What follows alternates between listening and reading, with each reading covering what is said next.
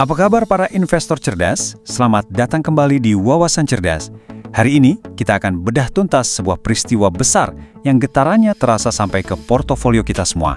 Jadi, sebelum kita mulai, pastikan Anda tekan tombol hype-nya dan tentu saja like, share, dan subscribe untuk mendukung kami terus memberikan analisis tajam seperti ini. Oke, kita langsung aja ya. Coba Anda udah cek portofolio pagi ini. Kalau rasanya nilai investasi Anda anjlok dan daya beli Anda seolah-olah dirampok dalam semalam, perasaan Anda itu benar. Senin, 13 April 2026, pasar keuangan kita memang sedang diguncang hebat. Tapi sumber gempanya ini bukan dari Jakarta loh. Jawabannya ada ribuan kilometer dari sini, tepatnya di sebuah ruang rapat tertutup di Islamabad, Pakistan. Dan percayalah, efek domino dari kejadian di sana akan terasa langsung ke semua harga barang yang kita beli. Dampaknya lebih cepat dari yang kita bayangkan. Semua ini berawal dari kegagalan total sebuah negosiasi. Bayangkan, negosiasi maraton selama 21 jam tanpa henti antara Amerika Serikat dan Iran. Pihak AS datang dengan permintaan keras, hentikan program nuklir. Iran balas menolak mentah-mentah dan malah minta kendali lebih atas selat mereka. Hasilnya, buntu, gagal total. Nah, kegagalan ini memicu respons yang luar biasa cepat dan keras dari Presiden AS. Dia bilang, "Saya telah memerintahkan Angkatan Laut Amerika Serikat untuk memberlakukan blokade maritim komprehensif di Selat Hormuz, berlaku segera." Ini bukan lagi ancaman diplomatik, ini sudah jadi aksi militer dengan konsekuensi ekonomi global. Terus, kenapa blokade di satu selat ini bisa bikin heboh? Karena Selat Hormuz ini bukan sekedar jalur air biasa. Ini adalah urat nadi ekonomi dunia. Semua produsen minyak besar di Timur Tengah bergantung pada jalur ini untuk mengirim minyak ke seluruh penjuru dunia. Biar lebih kebayang, lihat angka ini. 20% dari total konsumsi minyak harian seluruh dunia itu lewatnya ya di selat ini. 20%. Sekarang coba pikirkan apa yang terjadi kalau satu keran yang mengaliri 20% kebutuhan dunia ini tiba-tiba ditutup paksa. Ya persis, pasar langsung panik luar biasa. Begitu berita blokade ini keluar, harga minyak mentah Brent dan WTI langsung meledak. Melonjak menembus level psikologis baru hanya dalam hitungan jam. Ini adalah reaksi instan yang brutal dari pasar. Nah, sekarang kita tarik masalah global ini ke halaman rumah kita. Kita lihat bagaimana ini semua menciptakan badai ganda yang menghantam langsung ekonomi Indonesia dan tentu saja dompet kita masing-masing. Poin yang paling krusial untuk kita pahami ada di sini. Mungkin kita masih sering dengar Indonesia negara kaya minyak. Tapi faktanya, sejak tahun 2003, kita ini adalah negara pengimpor neto minyak. Artinya, konsumsi kita jauh lebih besar dari produksi. Status inilah yang membuat kita sangat-sangat rentan. Dan masalahnya nggak berhenti di situ. 56% dari total impor minyak kita itu datangnya dari Timur Tengah. Dan 1/4 dari jumlah itu harus melewati Selat Hormuz yang sekarang diblokade. Ini bukan lagi sekedar potensi masalah. Ini adalah ancaman krisis pasokan nyata yang ada di depan mata. Akibatnya apa? Seluruh dunia panik, berebut dolar AS untuk mengamankan sisa pasokan minyak yang ada. Dan rupiah kita hancur. Hari ini, nilai tukar kita sempat menyentuh level Rp17.089 per dolar. Ini adalah rekor terendah baru dalam sejarah kita. Bank Indonesia tentu saja tidak tinggal diam. Mereka langsung turun tangan, melakukan intervensi besar-besaran di pasar untuk menahan pelemahan rupiah. Tapi mereka harus membakar cadangan devisa kita untuk melakukan itu, dan biayanya sangat mahal. Sejak Desember tahun lalu sampai hari ini, cadangan devisa kita sudah terkuras sebanyak 8,3 miliar dolar AS. Ini adalah penyusutan cadangan devisa tercepat dalam sejarah moneter Indonesia, bahkan lebih parah dari kepanikan saat puncak pandemi di tahun 2020. Oke, sekarang bagian terpentingnya. Dengan semua data ini, apa artinya bagi Anda sebagai investor? Hari ini juga, apa yang harus Anda lakukan dengan portofolio Anda? Anggap saja ini sebagai lampu merah besar yang menyala terang di dashboard investasi Anda. Kombinasi harga minyak di atas $100 dan kurs dolar di atas Rp17.000 ini adalah resep sempurna untuk sesuatu yang kita sebut inflasi impor. Kenaikan biaya bahan baku dan logistik ini pada akhirnya akan segera dibebankan kepada kita, para konsumen. Jadi ada 3 tindakan yang harus segera Anda pertimbangkan. Pertama, evaluasi ulang portofolio Anda. Cermati perusahaan-perusahaan yang sangat bergantung pada bahan baku impor, karena margin laba mereka kemungkinan besar akan tergerus. Kedua, amankan daya beli Anda. Siapkan diri untuk menghadapi lonjakan inflasi dalam 1-3 bulan ke depan. Dan ketiga, bagikan informasi ini. Teman dan keluarga Anda juga perlu tahu mengapa harga-harga akan segera naik. Nah, ini membawa kita ke pertanyaan paling penting selanjutnya. Di saat rupiah hancur dan ancaman perang memanas seperti ini, insting pertama kita sebagai investor pasti langsung lari untuk memborong emas fisik kan, untuk safe haven. Eits, jangan dulu. Di penjelasan berikutnya, kita akan membongkar jebakan Batman. Mengapa membeli emas antam hari ini justru bisa menjadi kesalahan finansial terbesar Anda di tahun 2026. Tetap pantau Wawasan Cerdas karena ini sangat krusial. Oke, buat kalian para investor saham, kalian ini kan orang-orang yang terbiasa pakai logika, pakai analisis. Tapi gimana kalau saya bilang, di tengah pasar yang lagi gonjang-ganjing kayak sekarang, insting paling dasar kalian itu justru bisa jadi jebakan paling bahaya. Nah, hari ini kita bakal bongkar yang namanya jebakan Batman emas. Sebuah jebakan yang bisa bikin portofolio kalian hangus. Kalian itu jagoannya bisa lihat pola di tengah kekacauan, bisa lihat peluang. Tapi hari ini kita akan nantang satu keyakinan yang udah kayak mendarah daging, lari ke emas pas dunia lagi kacau. Karena ternyata naluri yang kita pikir paling aman itu sebenarnya adalah sebuah jebakan yang udah dirancang dengan sangat rapi. Oke, bagian pertama, insting krisis. Kita semua tahulah aturannya. Dari dulu kita diajarin kan, kalau ada perang, inflasi meroket, ya udah larinya ke emas. Emas itu tempat berlindung paling aman. Tapi pertanyaannya, aturan klasik ini masih berlaku nggak sih di dunia yang sekarang udah beda banget? Keyakinan ini tuh udah kayak refleks otomatis. Tiap kali ada berita jelek, konflik geopolitik, data ekonomi merah, alarm di kepala kita langsung bunyi, beli emas sekarang. Ini udah bukan keputusan lagi, tapi refleks. Nah, pertanyaannya, refleks ini masih nyelamatin kita atau malah justru ngejerumusin kita? Lanjut ke bagian kedua, anomali global. Nah, sekarang kita geser dikit dari teori ke kenyataan di pasar.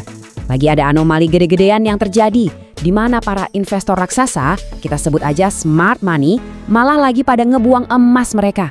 Ini bener-bener ngelawan semua logika yang ada. Coba inget-inget angka ini. Januari 2026, emas itu nyetak rekor harga tertinggi sepanjang sejarah. Di titik ini, semua orang yakin banget sama emas. Semua mikir, wah ini bakal terbang ke bulan harganya. Terus, muncullah pemicu yang sempurna.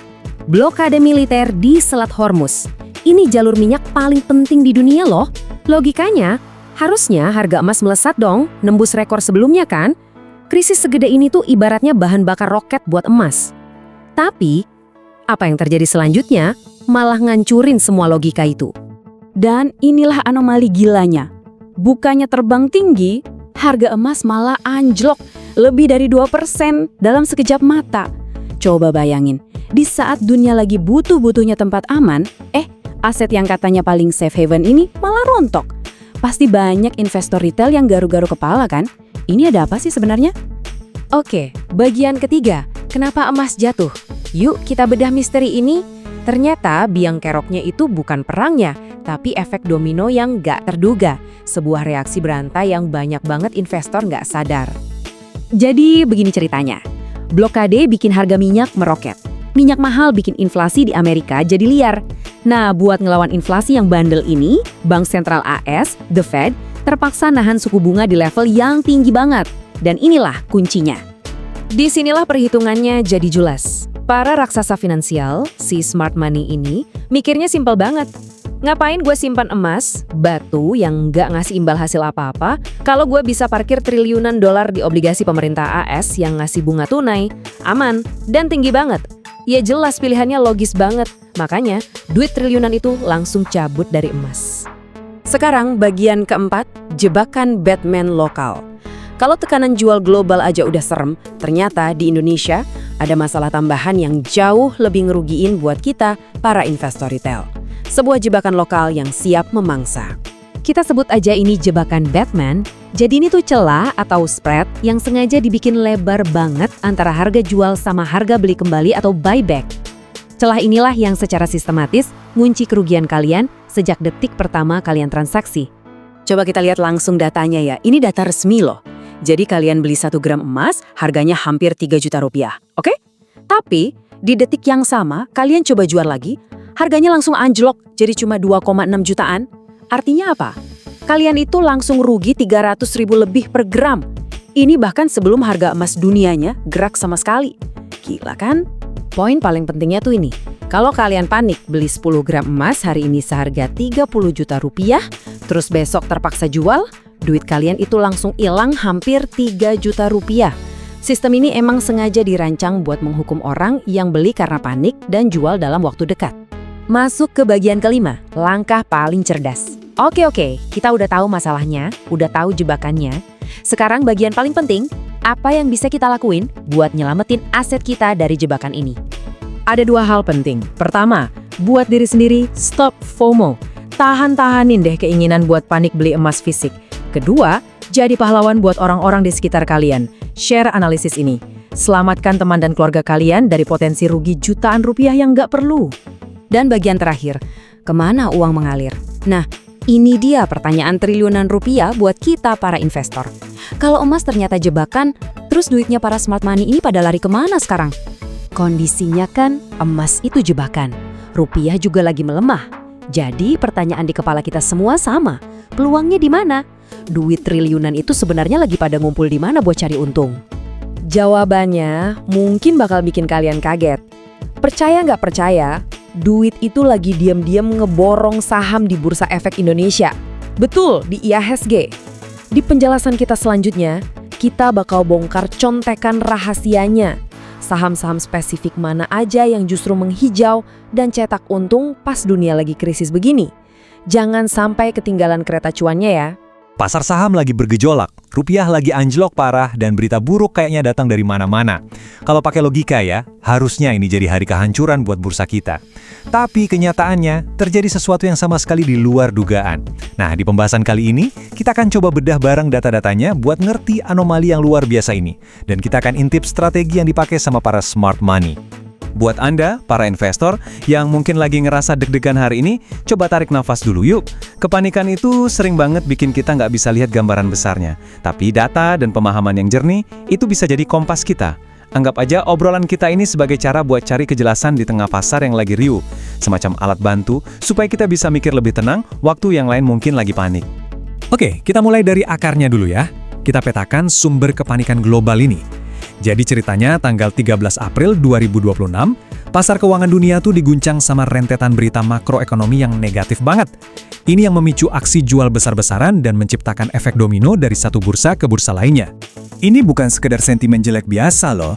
Ini bener-bener kombinasi pemicu krisis geopolitik dan ekonomi. Bayangin, perundingan damai gagal total, langsung lanjut jadi blokade militer di Selat Hormuz, yang mana itu salah satu jalur minyak paling vital di dunia. Akibatnya, ya udah bisa ditebak, harga minyak mentah langsung meroket, dan mata uang kita, rupiah, kena pukulan telak. Dan angka inilah yang jadi pusat perhatian semua orang. Rupiah melemah tajam, hampir nyentuh level psikologis 17.100 per dolar AS. Dalam kondisi normal, pelemahan mata uang sedalam ini tuh udah kayak lampu merah raksasa buat pasar modal. Kenapa? Karena ini sinyal potensi inflasi dari barang impor dan kemungkinan modal asing pada kabur. Dampaknya langsung kerasa ke bursa-bursa tetangga kita. Coba deh kita lihat grafiknya. Bursa di negara industri maju kayak Jepang, Hong Kong, sama Korea Selatan, semuanya longsor. Kenapa mereka paling parah? Simpel, karena negara-negara ini 100% importir minyak. Jadi waktu pasokan minyak diganggu gara-gara blokade Selat Hormuz, itu ancaman langsung buat mesin industri mereka. Dengan semua kondisi tadi, geopolitik panas, ekonomi goyang, rupiah anjlok, harusnya IHSG ikut terseret jatuh kan? Tapi disinilah ceritanya jadi super menarik dan beda. Di tengah lautan merah pasar Asia, bursa kita justru nunjukin sebuah keanehan. Nah, ini dia pertanyaan utamanya yang mau coba kita jawab. Dengan data ekonomi dan geopolitik yang seburuk itu, rupiah yang lagi ambruk, dan bursa regional yang rontok semua, faktor apa sih yang bikin indeks harga saham gabungan kita nggak ikutan tenggelam? Nah, slide ini nunjukin drama yang terjadi dalam satu hari perdagangan yang bikin banyak investor bingung. IHSG dibuka langsung anjlok, terjun bebas, dan bikin kepanikan di awal sesi. Tapi perhatiin alurnya deh. Ada kekuatan beli yang masif banget masuk, pelan-pelan tapi pasti, dorong indeksnya balik arah. Dan luar biasanya, IHSG malah ditutup di zona hijau. Siapa sih pelaku di balik perlawanan ini? Oke, mari kita mulai bongkar misteri ini satu persatu. Jawaban dari ketangguhan IHSG yang nggak terduga ini, ternyata akarnya ada di sebuah konsep ekonomi yang jadi keunggulan negara kita, terutama pas lagi ada krisis energi global. Jadi ini dia kuncinya, efek substitusi energi. Waktu Selat Hormuz diblokade, pasokan global yang keganggu itu bukan cuma minyak, tapi juga gas alam cair atau LNG. Nah, dalam situasi darurat energi, negara-negara industri di Eropa dan Asia itu nggak punya pilihan selain nyalain lagi pembangkit listrik tenaga batubara mereka. Itu alternatif tercepat. Efeknya, permintaan batubara global sontak meledak. Dan ini bukti angkanya, bukan cuma teori. Harga acuan batubara termal langsung melesat nembus $142 per ton. Kenaikan lebih dari 20% cuma dalam sebulan, itu sinyal yang kuat banget. Dan sebagai salah satu produsen batubara terbesar di dunia, ya, Indonesia jelas ada di posisi yang sangat diuntungkan. Dan slide ini dengan keren ngejelasin kenapa krisis global ini justru jadi rejeki nomplok buat emiten komoditas kita. Mereka itu punya semacam lindung nilai alami. Pikirin deh, pendapatan mereka kan dalam dolar AS yang lagi perkasa. Sementara mayoritas biaya mereka kayak gaji karyawan, biaya operasional, dibayarnya pakai rupiah yang lagi melemah. Otomatis kan, margin keuntungan mereka jadi makin tebal. Oke, kita udah paham alasan fundamentalnya. Sekarang, yuk kita coba ikuti jejak uangnya. Siapa sih yang gerak cepat manfaatin situasi ini?